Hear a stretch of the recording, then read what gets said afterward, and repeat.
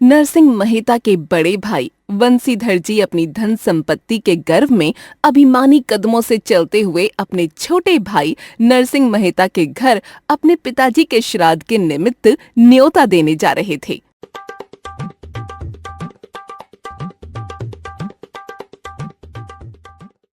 श्री राधे गोविंद भज मन श्री राधे।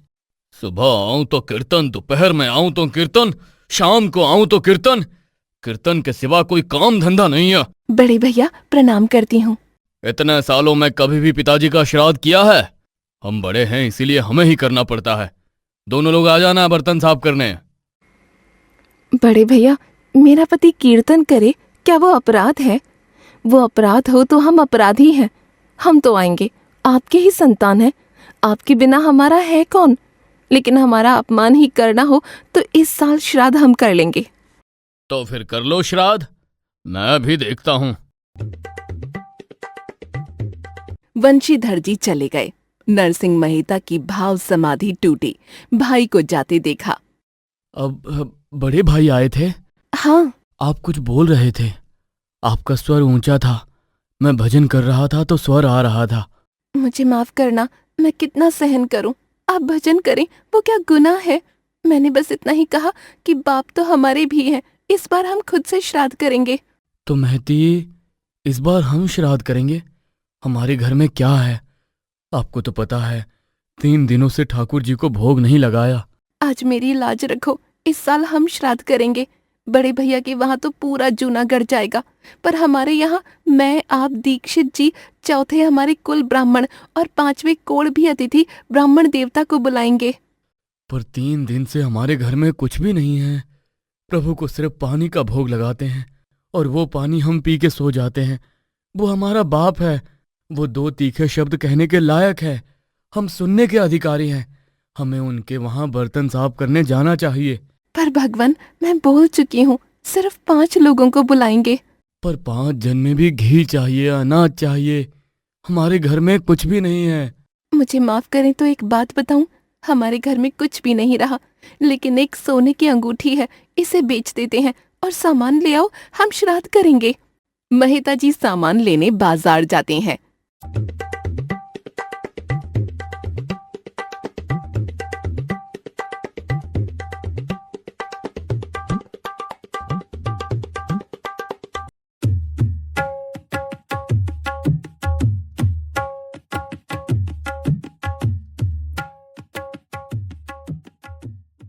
भगवान, आप सब सामान लाए, लेकिन घी लाना तो भूल ही गए। भूला नहीं हूँ। अंगूठी के बदले में इतना ही सामान मिला। तो फिर घी के बिना श्राद्ध अधूरा रहेगा।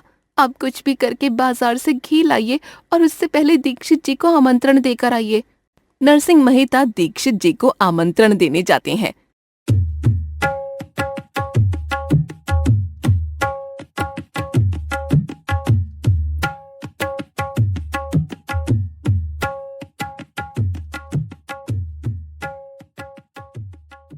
दीक्षित जी पाखंड स्वभाव के थे। वो चतुर दिमाग से नरसिंह मेहता की हंसी करने लगे। मेहता जी, जय राधा वल्लभ। अब जी, आपके पास ही आ रहा था। जय राधा वल्लभ। क्यों, आज मेरा क्या काम पड़ा? आज हमने तय किया है कि पिताजी का श्राद्ध हम करेंगे। आपको आमंत्रण देने ही आ रहा था। आप अपने घर श्राद्ध कर रहे हैं? क्या बात है मेहता जी। दीक्षित जी मेहता का हाथ पकड़कर नगर के चौक में ले आए।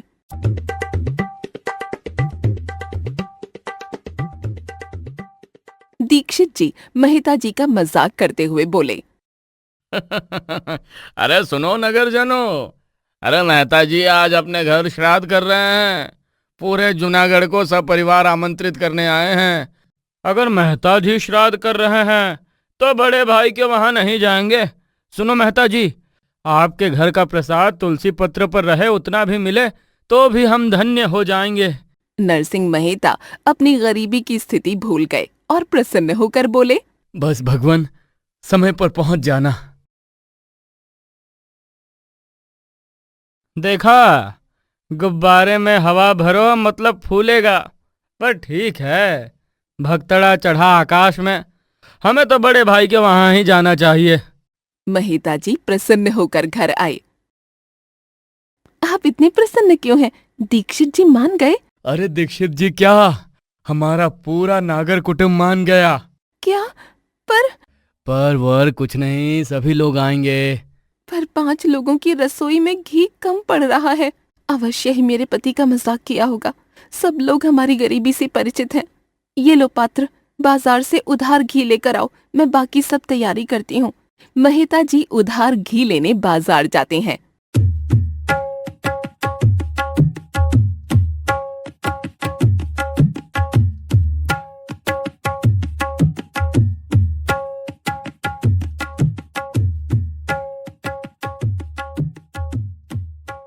मेहता जी, जय राधा वल्लभ।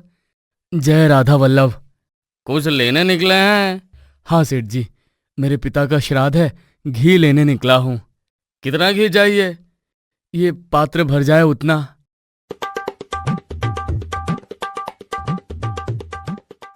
व्यापारी ने घी भर दिया। ये लो मेहता जी, आपकी 50 मुद्रा हुई। सेठ जी, मुद्रा तो अभी नहीं है, आप लिख लो, लगभग 15 दिनों में लौटा दूंगा। व्यापारी बहुत चालाक था। मुझे इतनी जल्दी क्या थी इसे घी भर देने की। अरे मेहता जी, मुद्रा 15 दिनों में नहीं, अरे 2 महीने में देना, और ना दोगे तो भी चलेगा। आपके पिताजी वो हमारे पिताजी। लेकिन जब मैं घी भर रहा था तब मटके में एक छिपकली मरी हुई थी। ओह, ये लो, घी वापस ले लो।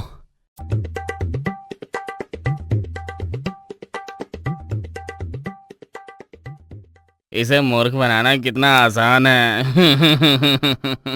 मेहता जी दूसरी दुकान की ओर बढ़े।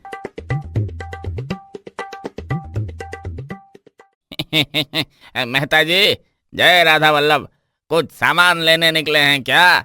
जय राधा वल्लभ। हाँ सेठ जी, मेरे पिताजी के श्राद्ध हेतु घी चाहिए था। अरे अभी घी भर देता हूँ, लाइए पात्र।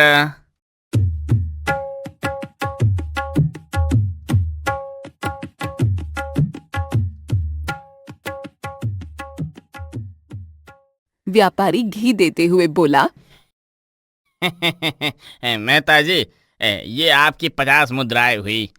सेठ जी, मुद्राएं तो नहीं है, आप लिख लो, लगभग 15 दिनों में लौटा दूंगा। अरे नहीं मेहता जी, मुद्रा नहीं तो सौदा भी नहीं, घी वापस करो। मेहता जी दूसरी दुकान की ओर आगे बढ़े। नरसिंह मेहता जी को चाहने वाले एक व्यापारी भक्त की दुकान आई। जय राधा वल्लभ मेहता जी, आज मैं धन्य हुआ, आप जैसे भक्त भागवत ने मुझे सेवा देने की कृपा की। कहिए, मैं आपकी क्या सेवा करूं? सेठ जी, घी चाहिए था, पर पहले ही बता देता हूं कि मुद्राएं नहीं हैं, लगभग 15 दिनों में लौटा दूंगा। अरे मेहता जी, आप मेरी दुकान पर आए वही मेरे लिए मुद्रा के समान है। मैं अपने सहित मेरी पूरी दुकान आपको समर्पित करता हूँ, जो चाहिए वो मुफ्त में ले लो। अरे नहीं नहीं सेठ जी, मैं मुफ्त में घी नहीं लूंगा। ठीक है मेहता जी, आप केदार राग बहुत अच्छा गाते हैं, इस घी के बदले में केदार राग सुना दो। भजन का नाम सुनते ही भक्त नरसिंह मेहता जी संसार को पूरी तरह से भूल गए और पूरी तन्मयता से कीर्तन करने लगे। मेहता जी को गए हुए काफी समय हो गया, ये अभी तक लौटे नहीं। मुझे बाहर जाकर देखना चाहिए। माणिक मेहती अपने पति को हर गली में ढूंढने लगी।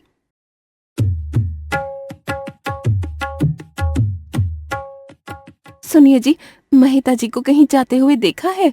नहीं नहीं।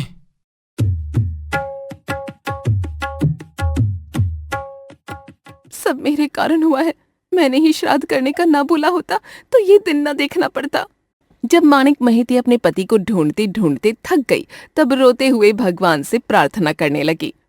हे गिरनारी, हे हटकेश्वर, हे भगवान दत्तात्रेय, आप तो मेरे पति को जानते हैं।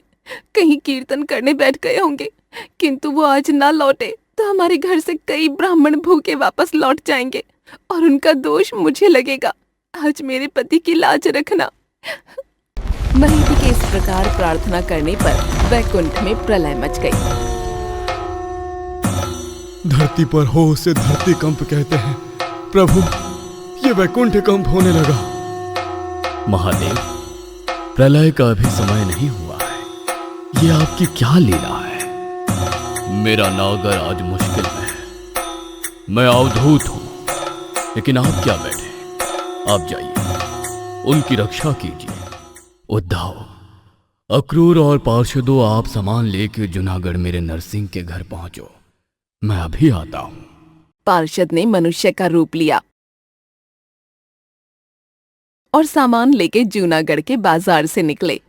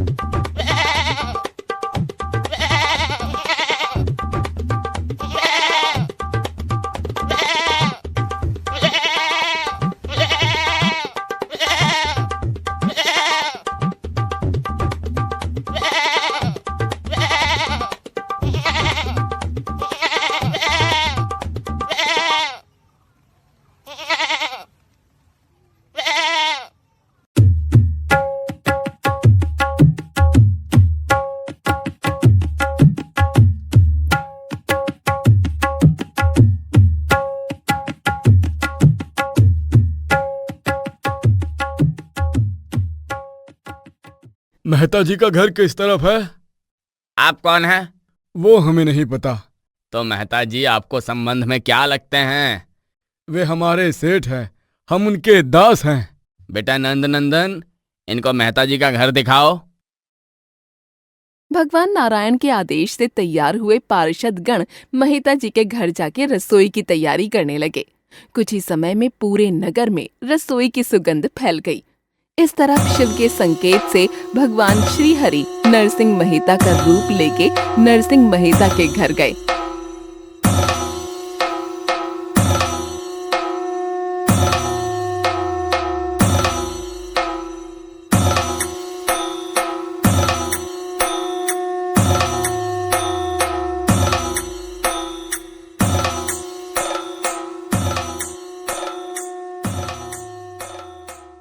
इतनी देर क्यों लगी? कुछ तो समय की मर्यादा रखो। ये लो, घी ले लो। हमारे कुल ब्राह्मण को तो आमंत्रित करके आओ। ये इतनी अच्छी रसोई की सुगंध कहाँ से आ रही है? अरे मेहता जी के घर बहुत सारे रसोइया आए हैं। उनकी पोशाक देखकर लगता नहीं कि वे हमारे प्रदेश के हो। हाँ दादाजी, वे द्वारिका से आए हैं। तो क्या कहना है भाइयों, आज दोपहर का खाना मेहता जी के घर ठीक रहेगा?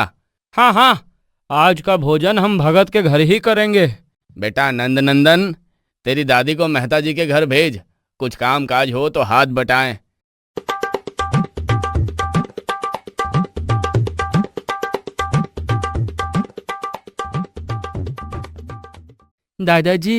दादाजी ने आपको मेहता जी के घर जाने को बोला है। आज का भोजन उन्हीं के घर होगा। दादी जी महिता जी के घर जाती हैं।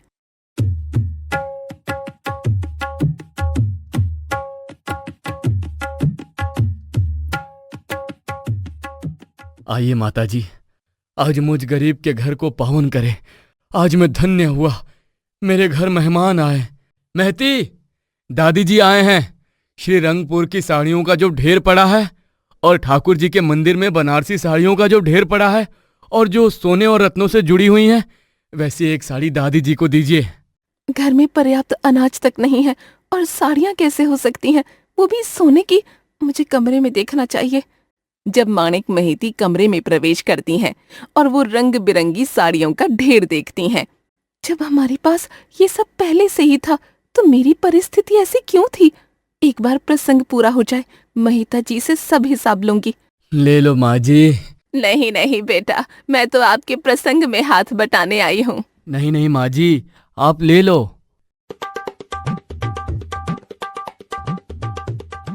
बेटा तू वहां गया था, वही लड़का है? हाँ दादाजी। तो ये पगड़ी?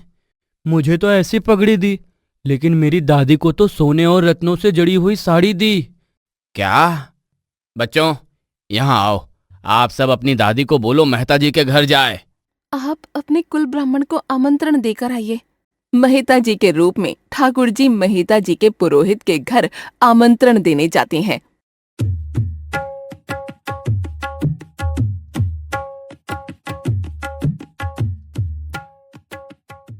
बेटा देवकी नंदन, दरवाजा बंद कर दे। वो नरसिंह आ रहा है। इतने सालों में कभी हमें दक्षिणा नहीं दी। आज उनके घर प्रसंग है, इसीलिए आमंत्रण देने पहुंच गया।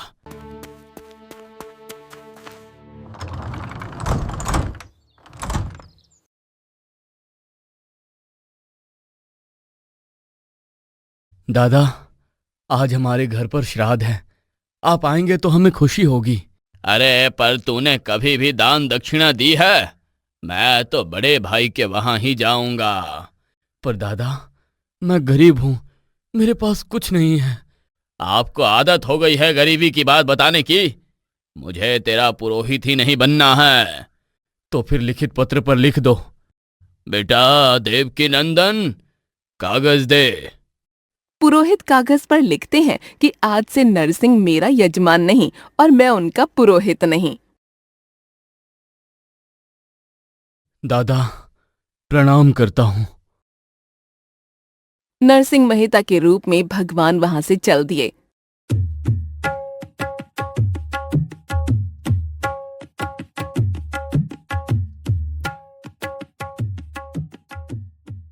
मेहता जी, आज मैं धन्य हो गया। वैष्णव का दर्शन हुआ। आज मेरे पिताजी का श्राद्ध है, आप विधि करने आओगे? अरे मेहता जी, मैं तो ब्राह्मण होने पर भी खेती करता हूं। मुझे शुद्ध गायत्री मंत्र बोलना भी नहीं आता। मैं ये विधि नहीं करा सकता। नहीं नहीं, आप ब्राह्मण हैं, आप आओ। ठाकुर जी की आज्ञा के वश हुआ और वह भोला ब्राह्मण मेहता जी के साथ उनके घर आता है।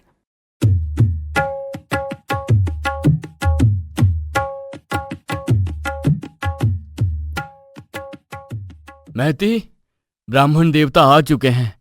उनके बैठने के लिए 2 सोने की चौकी ले आओ, और जो सोने की बड़ी थाली है उसमें सोने के कटोरे और सोने की चमचे रखी हुई हैं, वो सब लाओ, और पूजा की सारी सामग्री भी ले आओ। घर में एक ही सोने की अंगूठी बची थी, उनके बदले में रसोई का सामान ले आए। अब घर में कुछ नहीं है, कहाँ से लाऊं सोने की चौकी और थाली? मुझे कमरे में जाकर देखना चाहिए। माणिक महती कमरे में प्रवेश करती है और देखती है एक तरफ सोने की चौकियां हैं, दूसरी तरफ सोने की थाली रखी हुई है और पूजा के लिए जरूरी महंगी सामग्रियां भी रखी हुई हैं। हमारे पास ये सब सामान पहले से ही था, तो फिर मेरी ये हालत क्यों है? बस एक बार प्रसंग पूरा हो जाए, सारा हिसाब लूंगी मेहता जी से। दादा, पूजा की विधि शुरू करो। मेहता जी, आप मुझे बड़ी दुविधा में डाल रहे हैं। मैं खेती करने वाला ब्राह्मण हूं, मुझे कर्म कांड नहीं आता है। तो ओम नमः शिवाय तो बोलना आता है ना? हाँ, तो एक बार बोलो, ओम नमः शिवाय, ओम नमः शिवाय। जब ब्राह्मण ने ओम नमः शिवाय बोला, तब भगवान ने उनका स्पर्श किया और वो भोला ब्राह्मण बड़े आत्मविश्वास से कर्मकांड के श्लोक बोलने लगा। ओम विष्णु विष्णु विष्णु श्रीमद्भगवतो श्रीमन्महापुरुषीय विष्णुराज्ञायां पर्वतमानस्य अद्य ब्राह्मणास्परार्धे श्वेतवारकल्पवस्तमन्वन्तराष्टाविंशतितमे कलियुगे कलिप्रथम चरणे भूर्लोक जम्बूदीप आर्यवर्तांतर्देश भारतवर्षे गुजरात राज्ये जूनागढ़ नगरे श्राद्ध पक्षे कर्मकांड विधि निमित्त है अहम करिष्ये। मंगलम भगवान विष्णु मंगलम गरुड़ध्वजा मंगलम पुंडरीकाक्ष समंगलाय तनोहरि। एक कटोरी ताजा चंदन लाओ, शुद्ध पंचामृत लाओ, एक कटोरी में केसर लाओ, अबील गुलाल लाओ, सुगंधित पुष्प लाओ, गंगा जल लाओ। पूजा के दौरान कई सारी महिलाएं मेहता जी के घर आती हैं। आओ आओ बहनों, मैं धन्य हुआ आप जैसे मेहमान हमारे घर आए। महती, कला निकेतन की जो महंगी साड़ियां हैं वो सभी बहनों को एक एक दो। माणिक मेहती जैसे ही अपने कमरे में जाती है और कमरे में साड़ियों का एक बहुत बड़ा ढेर देखती है। बस एक बार प्रसंग पूरा हो जाए, मेहता जी से सारा हिसाब लूंगी। कश्यप गोत्रस्य नरसिंहदास मेहता कृष्णदास मेहता सद्गति प्राप्ति अस्मिन् कर्मणि पितृस्वरूपिणी श्री वासुदेव प्रियतान्नमः।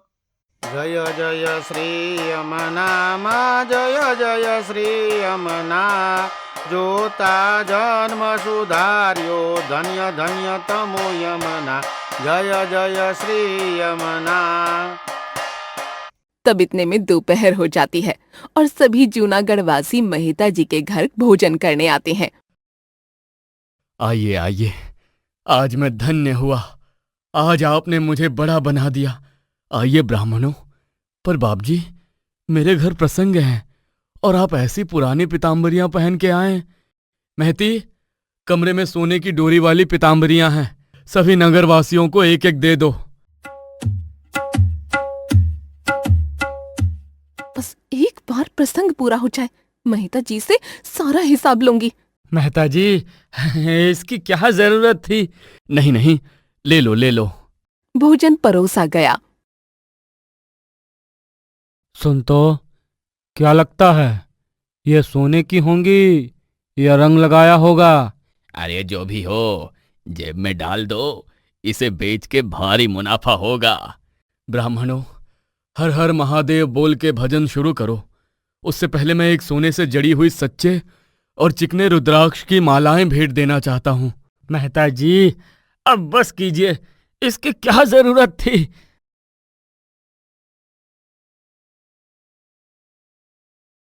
भगवान हाटकेश्वर की जय बोल के साथ भोजन शुरू हुआ। मगन नाम के ब्राह्मण 30 कटोरा दाल पी गए और 25 लड्डू खा गए। आनंद राम नाम के ब्राह्मण 40 कटोरा दाल पी गए और 38 लड्डू खा गए। दयाराम नाम के दादा 39 कटोरा दाल पी गए और 44 लड्डू खा गए। मेहता जी, भर पेट भोजन करके बहुत आनंद हुआ। आप खुश रहो, पर ये सोने के बर्तन कोई चोरी करें, उससे पहले गिन के वापस ले लो। अरे नहीं नहीं बाप जी, ठाकुर जी के दरबार में हम जूठे बर्तन वापस नहीं लेते। ये सोने के बर्तन भी आप सबको भेंट देता हूँ। जय हो, मेहता जी की जय हो। बेटा नंदन, जरा देख तो, मैंने पैर में जूता पहना है या नहीं। भर पेट खाना खाने की वजह से मुझसे नीचे नहीं देखा जाता। दादाजी, मैं भी आपकी चोटी को देख के खड़ा हूँ, मुझसे भी नीचे नहीं देखा जाता। भगवान नारायण मेहता जी के रूप में खड़े हुए सभी नगरवासियों को एक एक मुट्ठी सोना मोहर दक्षिणा में देते हैं। जय हो, मेहता जी की जय हो। नगरवासी मेहता जी के कुल ब्राह्मण के मोहल्ले से गुजरे। दादा, आप तो मेहता जी के कुल ब्राह्मण हैं, आप क्यों नहीं आए? मेहता जी ने तो आज गजब कर दिया, क्या लुटाया है। मेरी बुद्धि मर गई थी कि मैंने कागज पे लिख दिया नरसिंह मेरा यजमान नहीं और मैं उनका पुरोहित नहीं। महती, मैं बहुत थक गया हूँ, दामोदर कुंड में नहा के आता हूँ। जल्दी करना, अब मुझे सारा हिसाब चाहिए। भगवान मेहता जी के घर से निकलकर मेहता जी के कुल ब्राह्मण के घर से निकले। बेटा देवकी नंदन, दरवाजा खोल दे, वो भगत आ रहा है। नरसिंह, मेरी बहुत बड़ी भूल हुई, मुझे क्षमा कर दे। मुझे कुछ नहीं चाहिए, बस वो कागज को फाड़ दे। मेरा तेरे साथ नाता रहना चाहिए। दादाजी, कागज का तो कोई सवाल ही नहीं है, आप चलिए मेरे घर।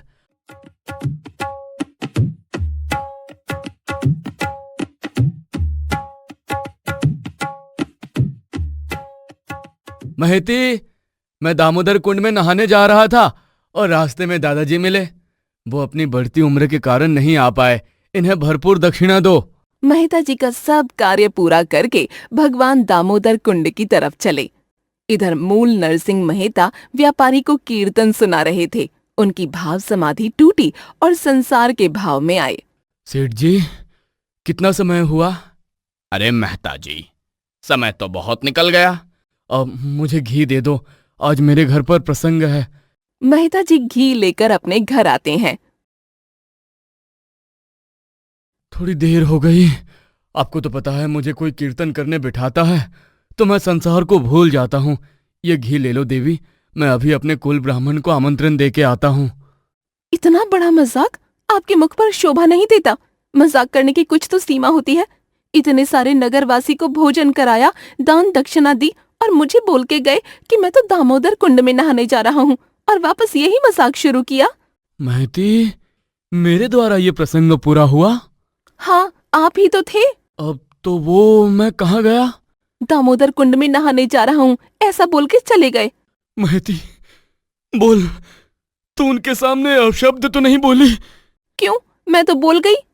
मेहता जी दामोदर कुंड की ओर जाते हैं।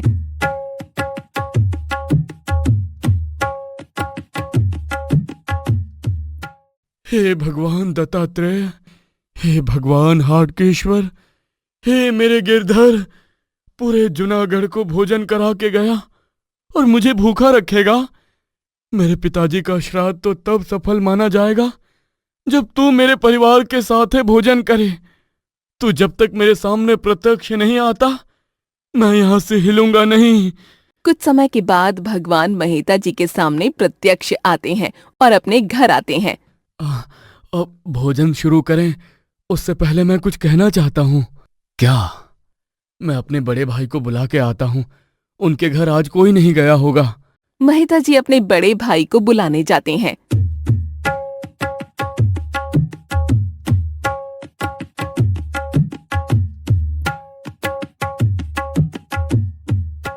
मेहता, मुझे क्षमा कर दे, मैंने तेरा बहुत अपराध किया। आज मेरे घर कोई अतिथि नहीं आए। नहीं बड़े भैया, बड़ा भाई तो पिता तुल्य माना जाता है, वो क्षमा मांगते अच्छा नहीं लगता। आप चलिए हमारे घर। इस प्रकार मेहता जी के पूरे परिवार के साथ भगवान भोजन करते हैं और मेहता जी के पिताजी का श्राद्ध संपन्न होता है।